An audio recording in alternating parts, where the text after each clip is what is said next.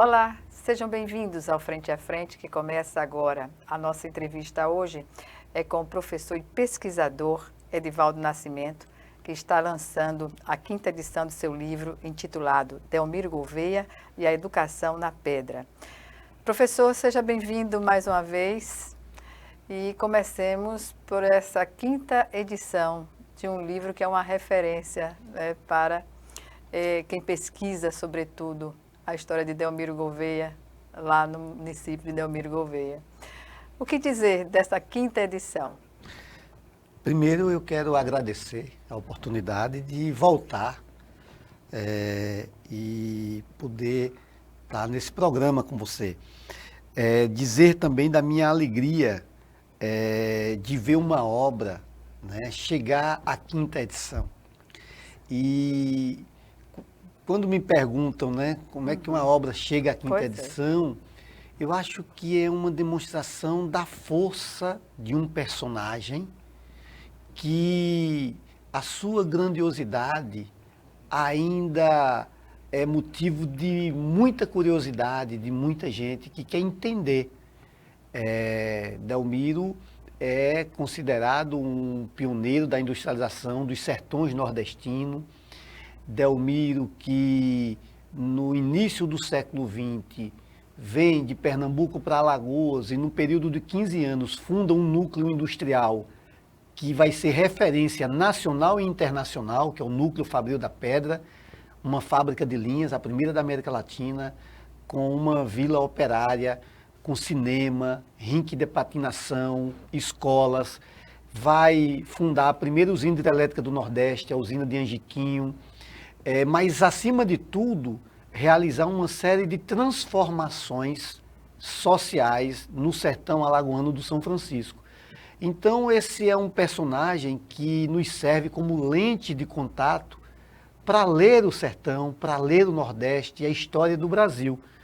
E esse livro é com essa força que chega. Eu tenho uma felicidade de ter feito essa pesquisa no período do mestrado, né?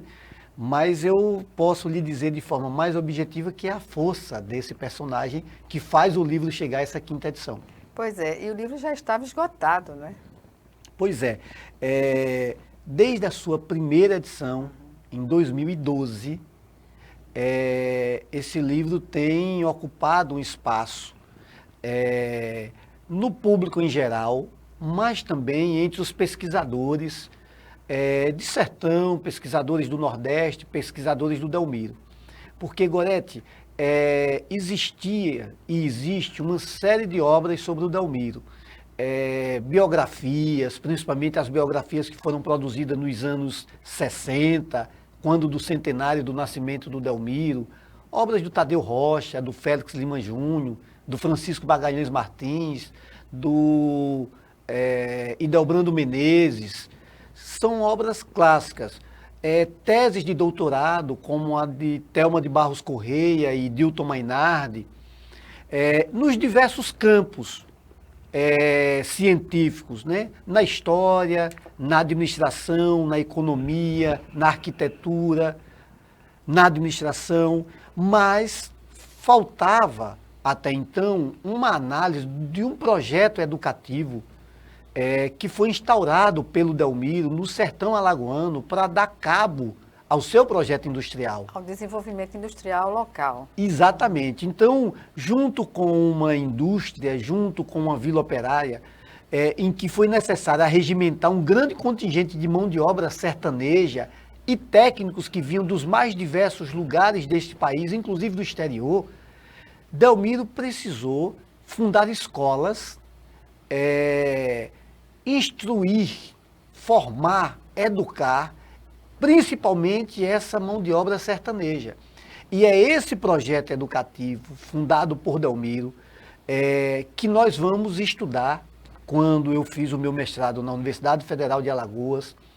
Fui orientado pelo querido e saudoso Elcio de Guzmão Versosa, né, Saudoso. Um intelectual alagoano que eu tive o prazer, a felicidade de tê-lo como orientador. E nós fomos pesquisar esse projeto educativo do Delmiro, porque Delmiro ele vai fazer Surpreendeu? demais. Em que aspecto, por exemplo? As transformações que foram processadas num grande contingente de sertanejos e sertanejas. Que transformações foram essas? O sertanejo e a sertaneja que vivia no mundo rural, cadenciado pelo tempo da natureza, e é incorporado num projeto urbano e fabril. E o Delmiro, com as escolas e um conjunto de regras, de hábitos instituídos, inclusive na linha dura, com punição, vai modificar hábitos, costumes, valores, comportamentos do povo daquela região. E evolução também, né? Isso, vou te dar um exemplo. No perímetro do núcleo fabril, que ficava na Vila da Pedra, que era então município de Água Branca na época, no perímetro da Vila, Delmiro cercou esse perímetro. Dentro desse perímetro era proibido tomar cachaça, era proibido jogos de azar, a feira livre tinha dia, hora para começar e para encerrar, porque ele tinha o controle do preço das mercadorias que eram comercializadas lá. Ele tinha um corpo de vigilantes que vigiavam as casas dos operários para saber se estava tendo alguma arruaça, alguma briga. Então, um conjunto de normas que foram instituídos, o banho obrigatório, a roupa bem engomada. Obrigatório. Obrigatório. Que não havia culturalmente a necessidade de... Delmiro, ele ia para a porta da fábrica acompanhar religiosamente, diariamente, se os operários e operárias que entravam estavam devidamente bem trajados. E aqueles que ele considerava que não estavam bem trajados voltavam para suas casas para poder, nos moldes do Delmiro, se vestirem adequadamente. Junto com esse conjunto de valores, de regras, ele instituiu as escolas para as crianças e para os adultos.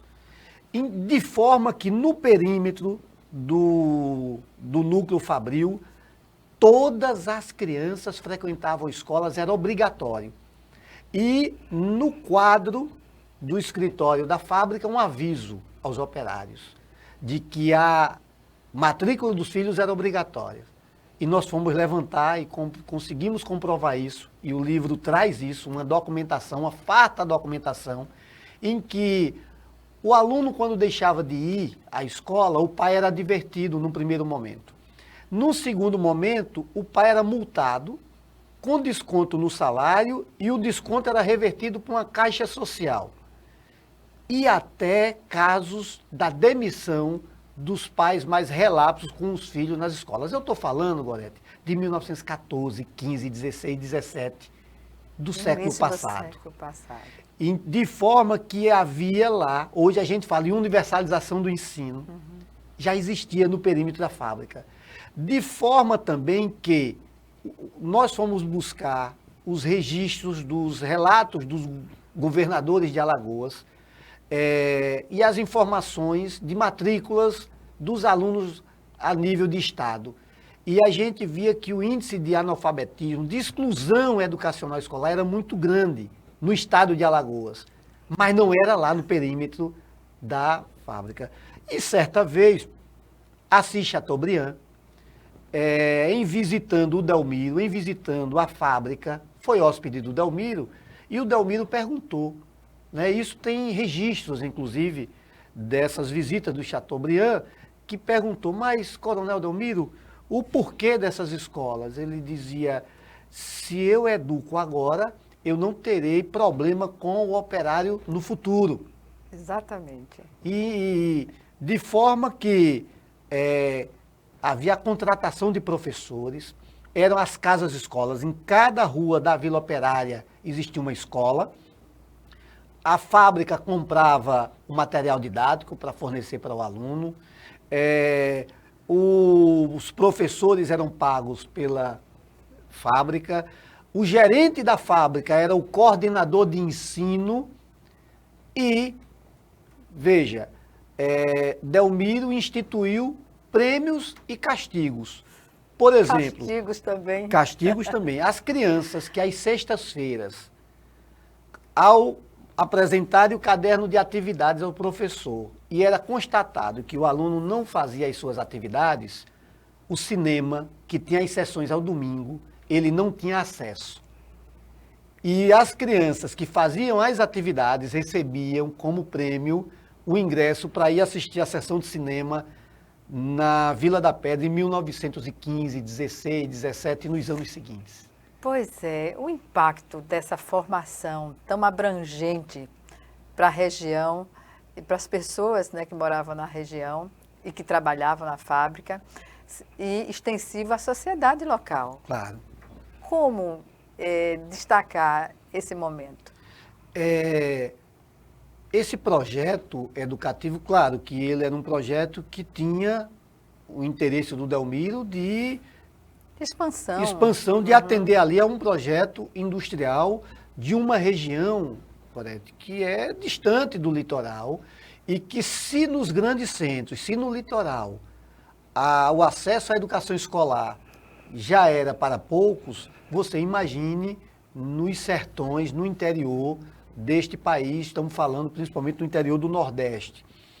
Mas esse projeto, se você vai analisar a história daquela região, da própria fábrica, da Companhia Agrofabril Mercantil, que vai se constituir como uma das principais empresas do país, você vai ver que nos anos seguintes é essa mão de obra que vai dar cabo e vai ocupar as funções, né, de todos os tipos de empregos que aquela empresa requeria, né, para o desenvolvimento das suas atividades.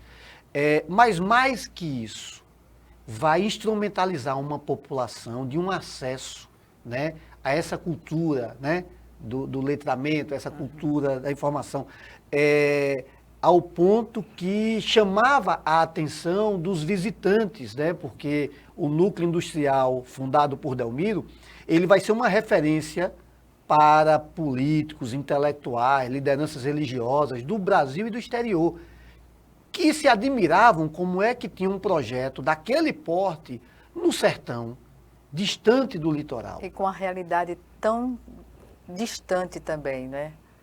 E aí, uma região que já tinha, que foi cenário, né, que foi palco do cangaço, uma região que não está tão distante de Canudos, uma região próxima do Rio São Francisco, uma região em que nós temos a presença das comunidades, dos povos originários, principalmente dos indígenas, em Água Branca, em Pariconha.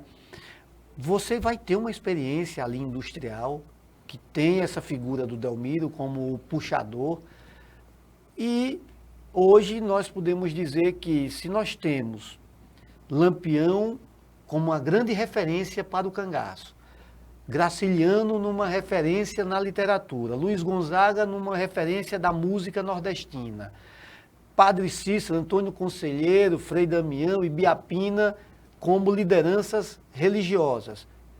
Quem é essa figura quando se pensa na industrialização dos sertões do Nordeste? Delmiro. Que está nesse contexto. É verdade. Né? Então é esse personagem que a gente vai estudar, que a gente vai pesquisar, e a gente traz essa obra que chega à sua 5ª edição, né? Esse livro que desperta o interesse de todos. De todos. Né? Independentemente da atividade que venha a desenvolver, a atuar, Delmiro Gouveia é uma referência unânime. Sem sombra de dúvida. É um personagem controverso, é um personagem também que é amado por uns, odiado por outros. Sobre essa questão, a gente vai abordar no próximo bloco. Aliás, nosso primeiro intervalo. Já já estaremos de volta. Só um minuto.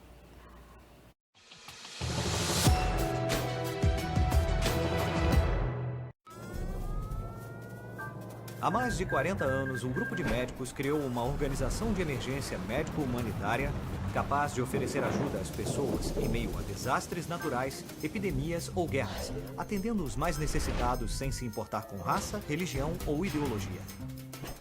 Hoje, Médicos Sem Fronteiras envia equipes totalmente preparadas para responder a emergências por todo o mundo. Nossos profissionais são financiados por pessoas como você e eu. Conheça-nos, participe, apoie, porque juntos chegamos mais longe.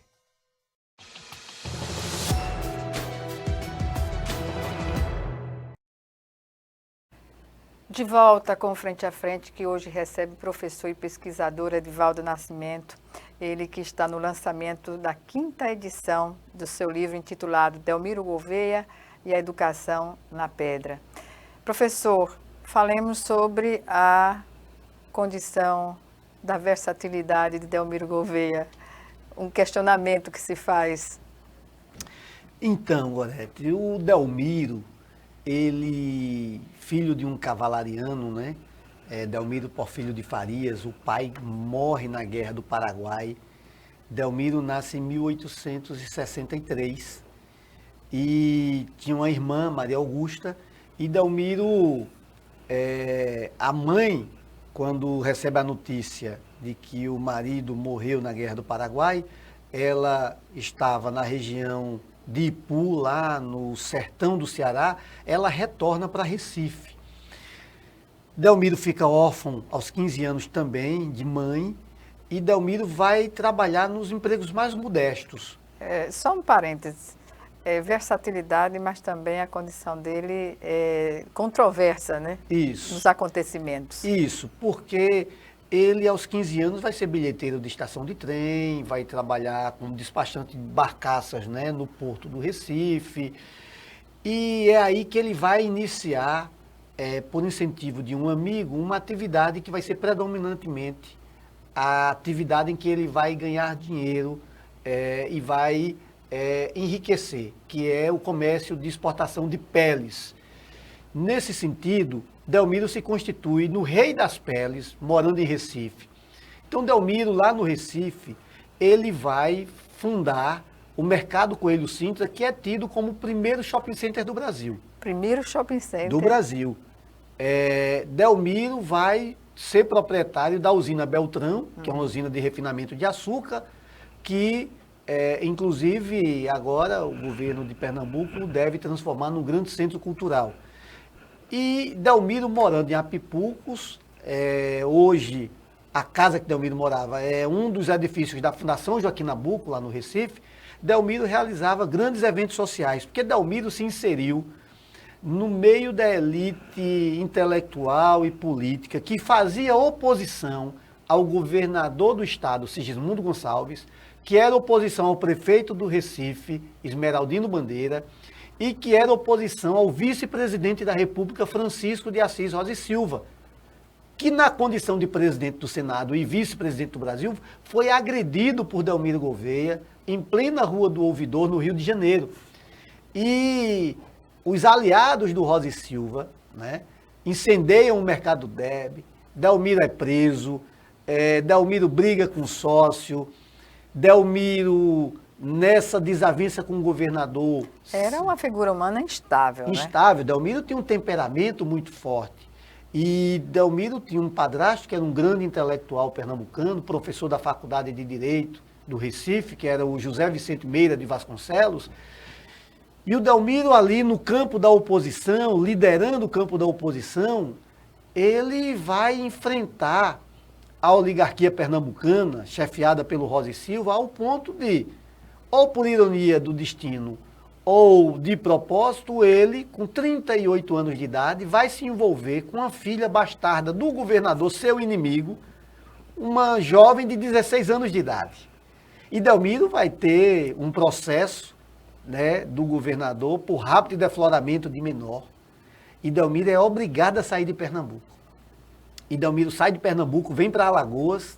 Aqui conhecia o governador Euclides Malta, que é quem vai amparar o Delmiro e vai dizer: Delmiro, vai para o sertão, vai para Água Branca, que o meu primo, Coronel Ulisses, vai te receber e vai te dar uma proteção lá, ninguém vai mexer contigo. Então, Delmiro vem nessas circunstâncias passar uma temporada, como a gente diz. E aí, o sentido da industrialização, como nasceu? Delmiro era, até então, um comerciante de peles, um comerciante com o primeiro shopping center do Brasil. Na verdade, ele, conhecendo a região do Sertão do São Francisco, ele é levado pelo Coronel Ulisses para ver a cachoeira de Paulo Afonso, a outrora potentosa cachoeira de Paulo Afonso. E ali ele fica encantado e já vislumbra ali a possibilidade de construir uma usina hidrelétrica para vender energia para os estados nordestinos. E ele inicia esse projeto em 1911, mas quando ele vai oferecer ao governador de Pernambuco, que já era o Dantas Barreto, para que Pernambuco comprasse a energia gerada em Angiquinho, e ele tem uma recusa nesse projeto, ele é obrigado a mudar os seus planos. E aí ele vai à Europa e vem com a ideia de uma fábrica de linhas. E aí é assim que chega a fábrica de linhas. Corrente. Não, no caso é marca Estrela, concorrente da marca Corrente. Exatamente. Que pertencia a Matinicotos, né? Então ele vai ganhar um mercado, né? Estávamos no período de Primeira Guerra Mundial, porque o Delmiro inaugura a fábrica em 5 de junho de 1914. O mundo estava em guerra. E aí a dificuldade de chegar às linhas correntes no Brasil, Delmiro se aproveita e expande a linha por todo o Brasil e América Latina. E ao ponto de entrar em disputa ferrenha com a sua principal concorrente, que era a Linhas Corrente, produzida pela empresa Matinicotos, que tinha origem inglesa e escocesa. Então esse personagem, que já vinha com esses problemas, né, de Pernambuco, vai também se envolver com problemas na região do Sertão, com os coronéis do Sertão, que vão se sentir ameaçados, que vão ter o seu poder fragilizados, ameaçados, a exemplo do coronel José Rodrigues de Piranhas, que inclusive é tido oficialmente como um dos autores intelectuais da morte do Delmiro. Ele vai ter problema com o José Gomes, um funcionário público do município de Jatobá, em Pernambuco. Ele vai ter problema com Herculano Vilela, um cidadão do município de Água Branca. Ele vai ter uma série de problemas. Por isso que o Delmiro é esse personagem também controverso, como você também falou. A Matinicotos tentou por diversas vezes comprar a fábrica do Delmiro. E numa das vezes em que essa empresa envia um emissário para fazer uma proposta de compra, o Delmiro diz: o que você me oferece para comprar a minha indústria, eu ofereço em dobro para comprar a de vocês. Delmiro, como se dizia, não levava desaforo para casa, né? Existem, inclusive, relatos de violência física, inclusive, do Delmiro cometida contra trabalhadores da fábrica, né, de pavio curto. Mas é esse personagem que chama a atenção no cinema, né, que já teve o filme Coronel dos Coronéis, no teatro, na música, né, sendo homenageado por Luiz Gonzaga, na literatura, citado por vários, inclusive no livro Vivente de Alagoas, das Alagoas, do Graciliano Ramos. O Graciliano fala, né, do Delmiro, né, desse personagem que chamava a atenção de intelectuais como Graciliano Ramos, como Jorge de Lima e vários outros intelectuais. O investimento que ele fez na educação da comunidade que trabalhava para ele, né, na indústria dele, esse investimento, ele mensurava aumentar a proporção da indústria na região? Existem registros de que, num primeiro momento, ele tinha em torno de 1.500 trabalhadores. Para a época, uma cifra considerável, né? Era um número muito grande de trabalhadoras, daquela época, inclusive crianças, porque não existia o impedimento legal, né, do trabalho infantil. Exatamente. Mas era um grande contingente, majoritariamente sertanejos e sertanejas.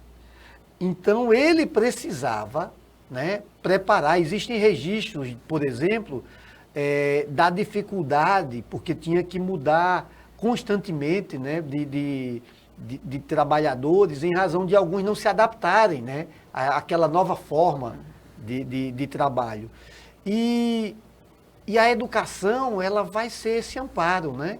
Ela vai dar esse sustentáculo de formar, né? Convencer também a população a valorizar a educação, Perfeito. provavelmente. E a escola, ela fazia um trabalho aliado, né, à fábrica. Então, as datas cívicas, por exemplo, Gorete, eram os desfiles cívicos nas datas, como 15 de novembro, Proclamação da República, 7 de setembro, Independência do Brasil, o aniversário da fábrica, o próprio aniversário do Delmiro era celebrado. Então as escolas... Criava um fato, né? Criava um fato, era um festejo na cidade. Quando se chegava uma autoridade e o núcleo industrial recebeu visitas de figuras importantes, ministros, governadores de estado, governador de Pernambuco, vários governadores visitaram. Era algo que se destacava em meio a tanta pobreza na região, né? Perfeito. Então, cada visita dessas autoridades, as escolas se integravam ali num grande evento cívico, né, eventos literários, eventos culturais. Imagine que tinha um grêmio literário, que existia encontros onde desde os gerentes da fábrica, mas também os professores interagiam, demonstrando que existia uma vida cultural, num pequeno núcleo, em pleno sertão do São Francisco, aqui. Em meio a tantas adversidades. Exatamente. Né? Mas era, digamos assim, um escape. A cultura começa assim nessas comunidades, não é? Perfeito. Então, esse personagem, que é o Delmiro, como eu já disse, ele nos serve, na verdade, de pano de fundo, de lente de contato para a gente entender. E de parâmetros também, né? A história regional. E aí, Gorete, o que muita gente diz, mas qual foi o grande legado? Pergunta, né? Qual o grande legado do Delmiro, né? E aí eu digo que mais do que uma fábrica de linhas, mais do que uma usina hidrelétrica, mais do que uma vila operária, eu acho que Delmiro, ele vai responder, porque nós, até hoje, uma parte da elite intelectual, econômica e política nacional vê o sertão como uma região do atraso, como uma região em que o habitante que mora no sertão é o incivilizado, é o inculto, avesso à modernidade. E o Delmiro vai mostrar o contrário. Vai se contrapor. Vai se contrapor. Uhum. O Chateaubriand, recorrendo ao Chateaubriand, ele vai escrever um artigo que eu acho muito interessante, que é Uma Resposta a Canudos. É o título do artigo do Chateaubriand, em que ele vai trazer um comparativo sobre Canudos, sobre o Juazeiro do Padre Cícero, para o Delmiro e o núcleo fabril, como contraponto, né, de um projeto pelas mãos dos professores da escola, um projeto de modernidade que se contrapunha a essa história de que o sertão é lugar do incivilizado, do inculto. Na prática, ele mostrou o contrário. Né? Exatamente. Então, eu acho que esse é o legado do Delmiro, é mostrar, olha, não, o sertanejo é trabalhador, o sertanejo, ele está aqui, uma experiência... E só evoluiu, né? Exatamente. Vamos chamar o nosso segundo e último intervalo agora. Em 1 minuto estaremos de volta. Até já.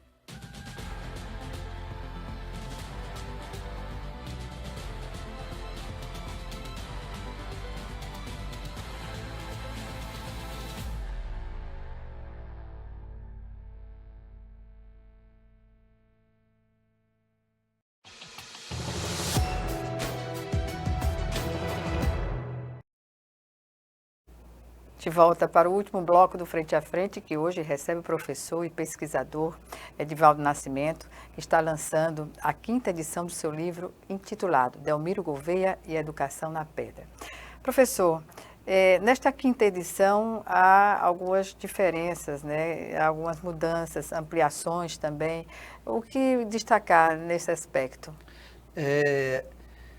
Esse livro, Gorete, ele já teve uma publicação pela Viva Editora, teve uma publicação, inclusive, pela editora do Senado Federal, mas a edição, desde a sua 4ª edição pela imprensa oficial, eu gostei muito do Graciliano trabalho... Ramos, local. A Graciliano aqui Ramos. de Alagoas. Isso. Uhum. A 4ª edição já foi pela Graciliano Ramos, que é a nossa imprensa oficial Graciliano Ramos. E para essa 5ª edição, a editora me propôs um novo desenho gráfico, né? Uma nova capa, uma formatação que eu gostei muito. Tem um texto, né, de apresentação de uma pesquisadora, que é a professora Josefa Eliana Souza, da Universidade Federal de Sergipe. Ela também pesquisa o Delmiro, e eu queria um olhar dela sobre essa obra. Então, há uma proximidade, né? De estados. Isso. Inclusive, ela fez a tese dela, né, sobre o Tavares Bastos. O doutorado dela é sobre o Tavares Bastos, que dá nome, né, a esta casa. A esta casa. É um belo trabalho que, inclusive, ela me deu a honra de prefaciá-lo. Então, tem o texto da professora Josefa Eliana, há uma atualização de informações, inclusive do autor, né, que nós atualizamos, e esse novo desenho gráfico. Então, essa 5ª edição vem com essa roupagem, né, de um novo desenho gráfico, uma nova capa, um texto adicional de apresentação. Em termos de conteúdo, também há... Houveram algumas correções que nós observamos, Gorete. Sempre que a gente lê e relê, a gente sempre encontra algo que merecia ser atualizado, ser corrigido. Então, nós tivemos a oportunidade de exaustivamente ler e reler, e nós consideramos que algumas informações mereciam serem atualizadas, e nós fizemos essas atualizações. Não houve uma ampliação, mas houve sim uma atualização do ponto de vista de algumas informações do texto. Por exemplo? Por exemplo, informações de datas de alguns documentos históricos que não tinham nas edições anteriores, né? Então, para um pesquisador, nós achamos que era importante a gente trazer nessa edição. Ao longo dessas edições, passou a ser um livro muito procurado, né? Para minha felicidade. O senhor disse no início que ele vive esgotado. Eu com muita alegria, né, tenho sido muito chamado para participar de TCCs, a presença da Universidade Federal de Alagoas, do Instituto Federal de Alagoas, no Sertão, em particular da UFAL Campus Sertão, com cursos de História, Geografia, Letras, Pedagogia. Essa descentralização dos centros de ensino foi bem favorável, não é, a essas questões. Então, os alunos leem, né, a indicação de diversos professores, né, existem já vários trabalhos de termos de curso, dissertações de mestrado, teses de doutorado, em que tem se utilizado dessas referências, desse nosso estudo, o que nos deixa muito feliz, né? Porque mostra, né, a seriedade dessa pesquisa, o resultado desse trabalho. Claro que nenhum trabalho é pronto, né? Mas é definitivo, aliás, mas esse trabalho se transformou numa referência, e é essa referência que faz com que chegue à 5ª edição. A localização que define o título do livro, Delmiro Gouveia e Educação na Pedra. Muita gente que está nos assistindo não sabe, né? O senhor poderia... Pedra, primeiro era o nome de um lugarejo, onde tinha uma estação de trem da Pedra, que era o trem que saía de Piranhas e ia até Jatobá, em Pernambuco. No entorno dessa estação, Delmiro vai adquirir uma propriedade e é nas proximidades dessa estação que ele vai fundar um núcleo industrial, que fica conhecido como Núcleo Industrial da Pedra, ou Vila da Pedra. Como a Vila da Pedra, o núcleo industrial, que eram 7 ruas, né, cercadas, vigiadas, depois vai ser a cidade de Delmiro Gouveia. Já nos anos 50, em homenagem ao seu fundador, vai ser emancipada do município de Água Branca. E aí é esse projeto do núcleo industrial da Pedra que nós vamos estudar. Daí a gente fazer aí esse trocadilho, né, para o título, né? Delmiro Gouveia e a educação na pedra. Pedra é um lugar, o nome desse lugarejo que tem essa origem industrial. Quem não sabe suscita várias interpretações, né? E eu também, na verdade, quando pensei esse título, foi também muito influenciado por um trabalho de João Cabral de Melo Neto. Educação pela Pedra. E eu estava estudando educação, e Pedra era o nome do lugar. Coincidência. E foi uma coincidência, então ele foi quem me deu o mote. Eu disse, tem tudo a ver, eu estou estudando a educação na Pedra, que é no lugar, no lugarejo, né? E aí eu, na época, estava lendo esse trabalho do João Cabral de Melo Neto, que me inspirou a definir o título dessa obra. Isso é muito requisitado, né, professor? Tenho sido chamado para palestras, participar de bancas, com muita honra. Qual é a sua percepção sobre a curiosidade causada por Delmiro Gouveia? Eu acho que, por ser esse personagem controverso, mas por ser essa possibilidade de várias leituras, interpretações e análises sobre sertão, sobre Nordeste, sobre Brasil, porque ao ler o Delmiro, você vai entender um pouco mais da história do Brasil, da história do Nordeste, da industrialização, você vai entender sobre coronelismo, você vai entender sobre diversos aspectos do entorno. Então, eu acho que é isso que faz com que as pessoas se interessem tanto.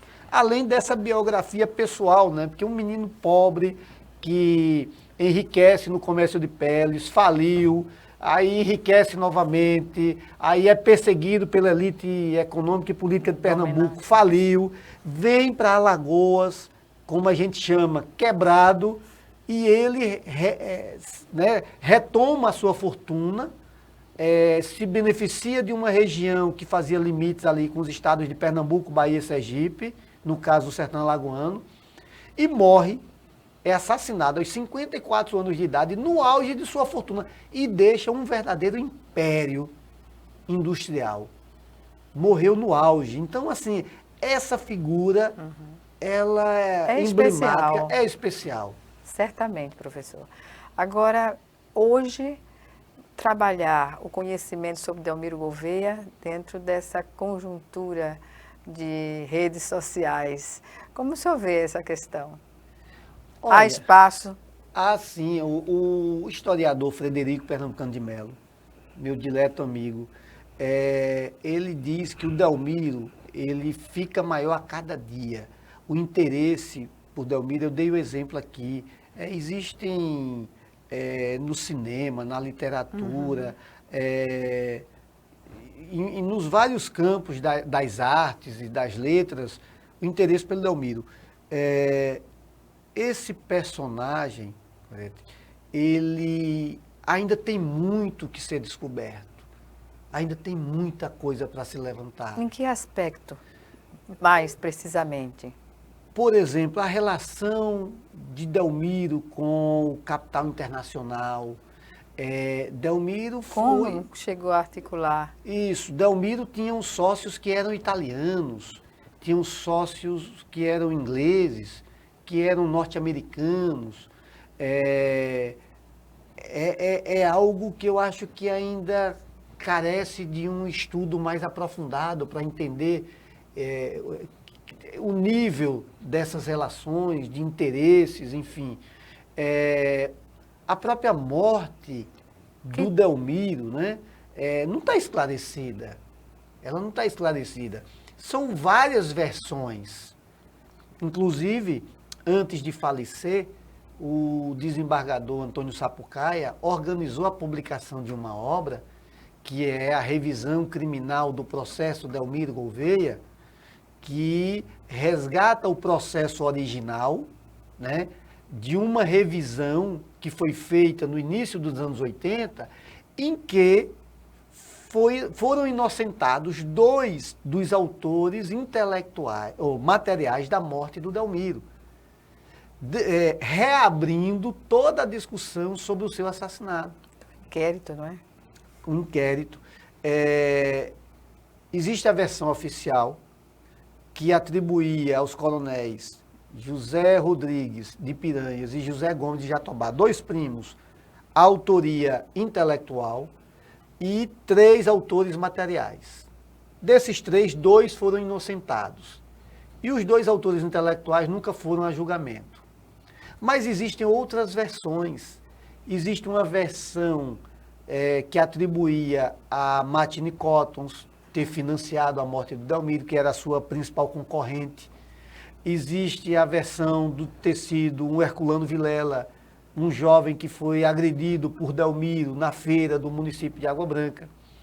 Existe a versão de ter sido ainda, né, as desavenças de Pernambuco, que teria patrocinado o seu assassinato, de forma que nós estamos mobilizando, possivelmente ainda no ano de 2025, nós queremos fazer um júri simulado. Ah, que interessante. Um júri simulado sobre o assassinato do Delmiro. E aí estamos discutindo com a OAB, estamos discutindo com alguns intelectuais. A viabilidade, porque recentemente fizeram o júri de Curisco, lá no município de Piranhas. Que inclusive o Curisco foi inocentado nesse júri. E agora, em maio, também no município de Piranhas, vai ter o julgamento de um outro cangaceiro, que é o cangaceiro Gato. E muito motivado por essa discussão, mas também pelo livro, organizado pelo então desembargador Antônio Sapucaia, porque o processo da revisão criminal do Delmiro é tido como um dos mais importantes do Brasil. Por quê? Pela força do personagem. Existe um caso de uma revisão criminal de 2 irmãos em Minas Gerais, mas no campo do direito. Esse caso da revisão criminal do Delmiro, feita pelo Tribunal de Justiça de Alagoas, ali no início dos anos 80, ele é tido como uma peça que eu acho que ainda hoje é referência para se estudar no campo do direito revisão criminal no Brasil. Então, há mais que chances para reviver esse momento, né? Exatamente. E nesse sentido, é para quando? Vai constar na próxima edição? Não sei se na próxima edição, mas essa revisão criminal, ou esse júri simulado, como a gente tem chamado, a gente pensa para outubro, porque 10 de outubro é a data do seu assassinato. Eu me refiro à publicação, não à próxima Não, edição. A próxima edição, eu penso, eu tenho alguns trabalhos para serem publicados ainda em 2025, porque nós temos a Bienal Internacional do Livro esse ano, né? Então nós temos a minha tese, que eu estou revisando e espero lançá-la na Bienal, que é sobre o projeto educativo da Chesf, né, que é um outro projeto educativo inspirador no sertão do São Francisco, mas essa obra, quando ela for agora revisada, ela vai estender, porque aqui eu finalizo próximo dos anos 50 e eu pretendo ampliar essa história da educação do sertão, chegando aí, estudando os anos 60, 70, para poder ver como foram os desdobramentos, a pergunta que você me fez, né? As consequências, né? E os resultados, os desdobramentos desse projeto educativo que teve origem lá com o Delmiro. Exatamente.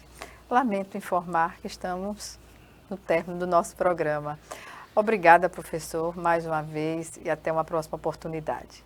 Eu é que lhe agradeço pelo convite e é uma felicidade voltar aqui. Obrigada. Obrigada a você também que nos assiste. Até o nosso próximo programa.